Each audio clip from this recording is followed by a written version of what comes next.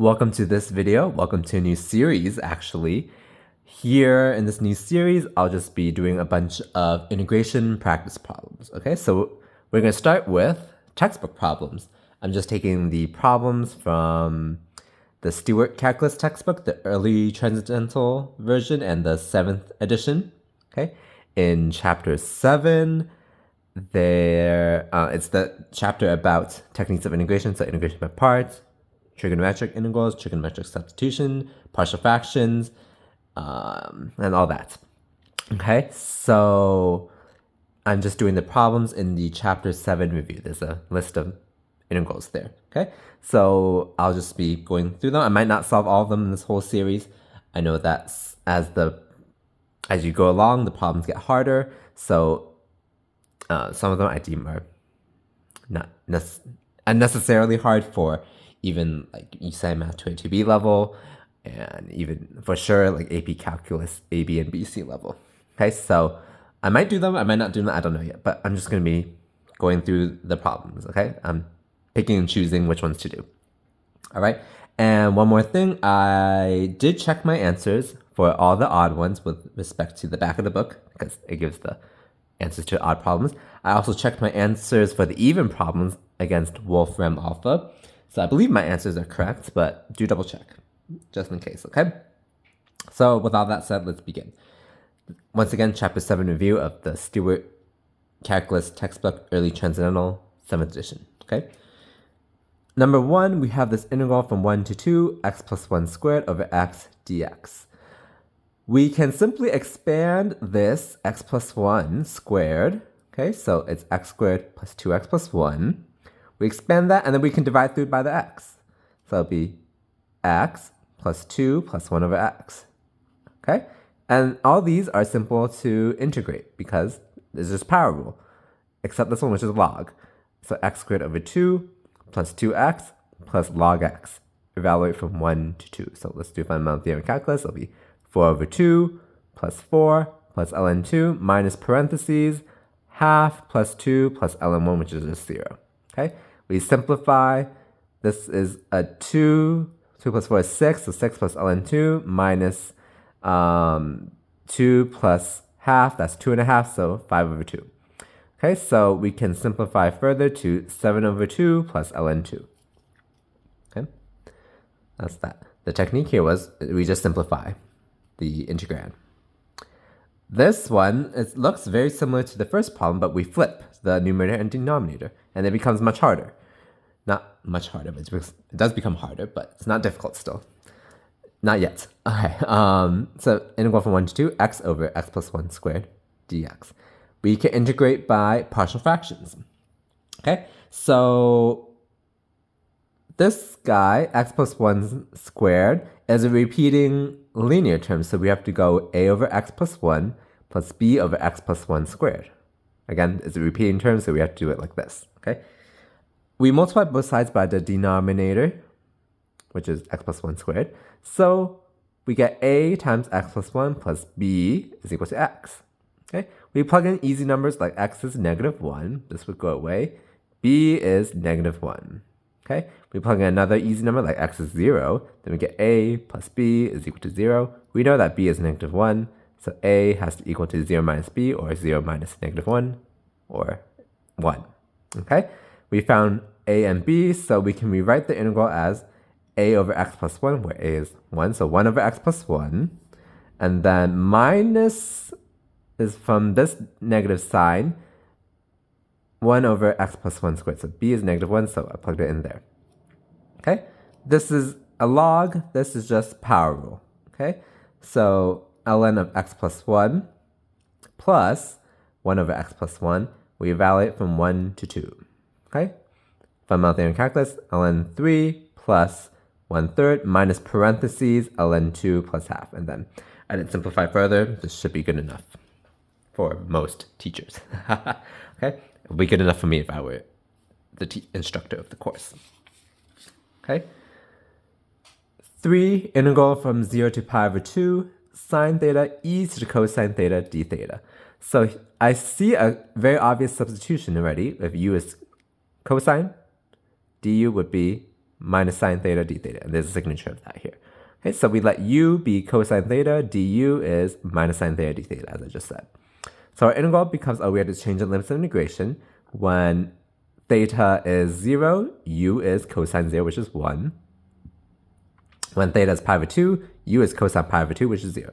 Okay, so e to the cosine theta is e to the u. Sine theta d theta is negative du.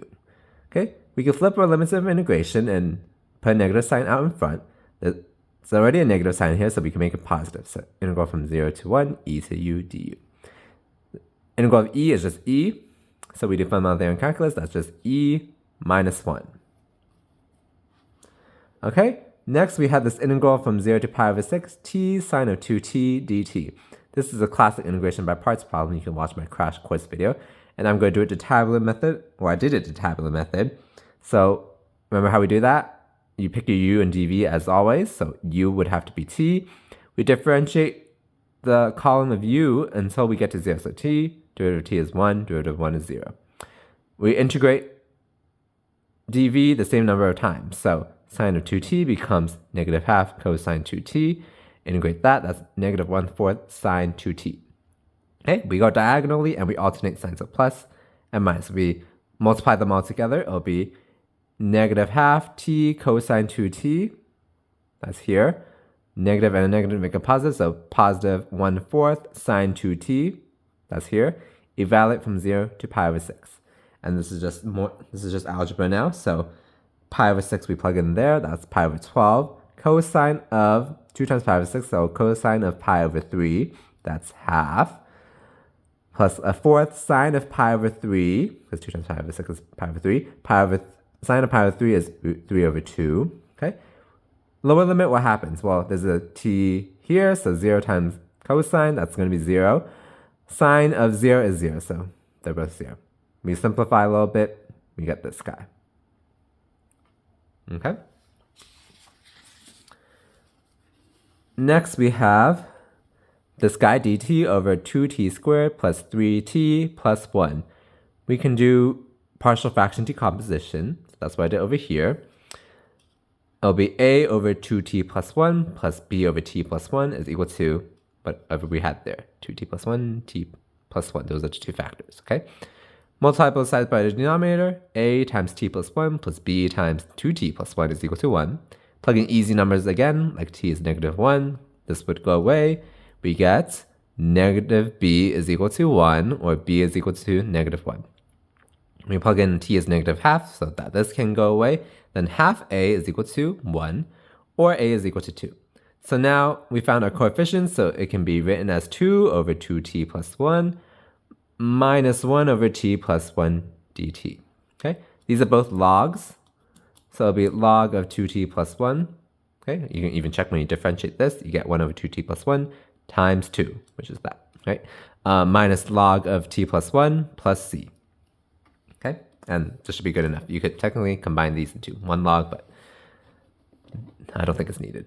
Okay, this one integral from 1 to 2, x to the 5th, ln x dx. This is likely integration by parts because, that's what I did, because we see a product of two kind of random functions, okay? So how do we choose a u, how do we choose a dv? Well, we have to choose u as ln x, because if we choose ln x as dv, what's v? I might remember the integral of ln x, but you actually need integration by parts to find it. So let's let u be ln x, then du is 1 over x dx. dv is whatever is left, x to the 5th dx. So v is, by the power rule, 1/6 x to the 6th.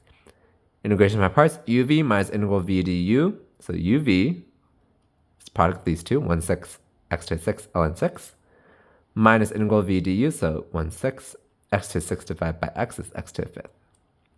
Okay, this is just power rule again, so this one I didn't evaluate yet, so I left it the same, 1/6 x to the 6 ln 6, minus by the power rule, we get another 1/6, so 1 over 36, x to the 6, evaluate from 1 to 2. Now we just plug in, so 2 to the 6 is 64, so 64 over 6, ln x minus 64 over 36, minus we plug in the lower limit. When x is 1, ln 1 is 0, so this whole term will go away. And then we get minus 1 over 36 over there. So then we can simplify to 64 over 6, ln 2 minus 63 over 36. And that's good enough for me. Okay, technically, this would have been good enough for me too. But all right, next. This is a classic trig integral with sine and cosine. Sine cubed, cosine squared. Okay, there's an odd power for one of them, so we're going to save a factor of it. So sine squared, cosine squared, sine d theta. Okay, we saved one factor of the sine cubed. Why do we want to do that? Well, we can change everything else in terms of cosine. So we can change the sine squared to 1 minus cosine squared. Okay, so everything else is the same. Now we let u be cosine theta, du is minus sine theta d theta. So we plug in the definition of u will be 1 minus u squared times u squared minus du. Okay, so that's what I got there, but we have to also change the limits of integration. When theta is 0, u is 1. When theta is pi over 2, u is 0. We can flip the limits and add a negative sign. There's already a negative there, so we can make it positive. So 0 to 1, u squared. So I distribute the u squared to both terms. U squared minus u to the 4th du. Power rule, u cubed over 3 minus u to the 5th over 5. Evaluate from 0 to 1. That's just a third minus the 5th. Okay. This was a little more challenging. Integral dx over square root of e to the x minus 1. So I tried two things. The first way didn't work. Okay. So what was my first way? I know that you probably have to substitute something, but what do we substitute? Do we substitute u as e to x minus 1? So I guess that's what I tried first.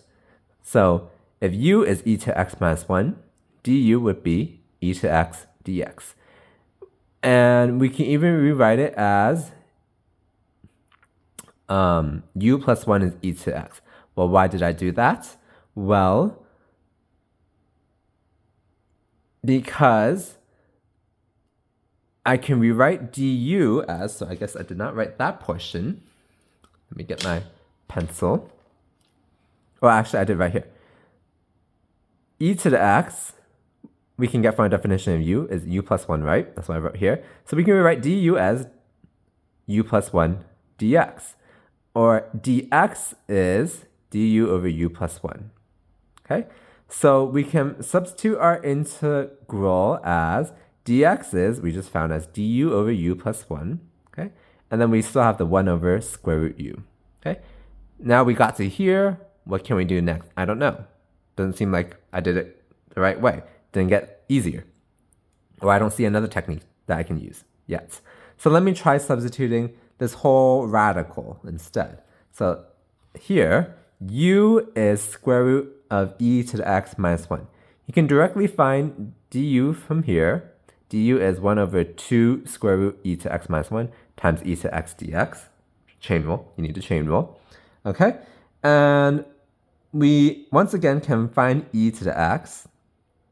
That's just u squared plus 1 is e to x from our definition of u. Why do we want to do that? Well, we can make this more in terms of u. So du is equal to 1 over 2u, because the square root term is just our definition of u, right? And then e to the x we just found as u squared plus 1. Okay? So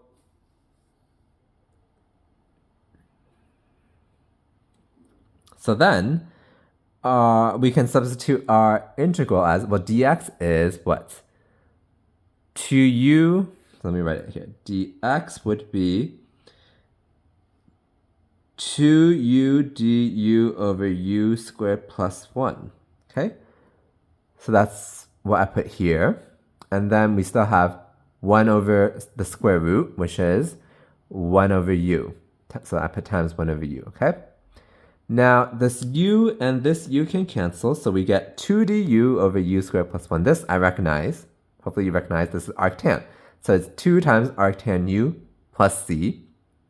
Back substitute what u is. So 2 is arctan of square root e to x minus 1 plus c. And that's our answer, okay? So you can even notice that I even had to try two things. Okay, first one didn't get to a simpler thing, so then let me try substituting something else. Maybe that would work, and it did. Okay, let's do 2 more problems and then we'll call it a part. Okay, this one's easy. We have sine of ln t over t dt. I see a clear substitution if u is ln t, du is 1 over t dt. So our integral becomes sine of u du. Okay, very easy. So that's negative cosine of u plus c. And then we back substitute negative cosine of, what's u? ln t plus c. Okay? This one's also easy, but I guess we're going to finish early. I see another clear substitution, integral from 0 to 1 squared arctan x over 1 plus x squared dx. So we let u be arctan x because du is 1 over 1 plus x squared dx. Okay, so this is a definite integral. We had to change the limits of integration. When x is 0, u is what? 0. When x is 1, u is pi over 4. So hopefully you remember your trig. And it becomes square root u du. And this is very easy to evaluate. That's just power rule, 2/3 u to 3/2. Evaluate from 0 to pi over 4. It becomes 2/3 times pi over 4 to the 3/2. Technically, this should be good enough, but the text, Wolfram Alpha simplified because it's an even problem. So you can simplify it as 2/3 times 1/8 times pi to 3/2. So pi to 3/2, that's there. 1/4 to the 3/2. So that's just square root of 4, which is 2. 2 cubed is 8. And then it's at the bottom. Okay? This can simplify to, so it'll be a 12th, and then pi to the 3/2. Okay, so this is the first 10 problems. Please like this video if you found it helpful, or you found it as good practice also if you followed along. And please subscribe to the channel to look out for the next few problems in this series.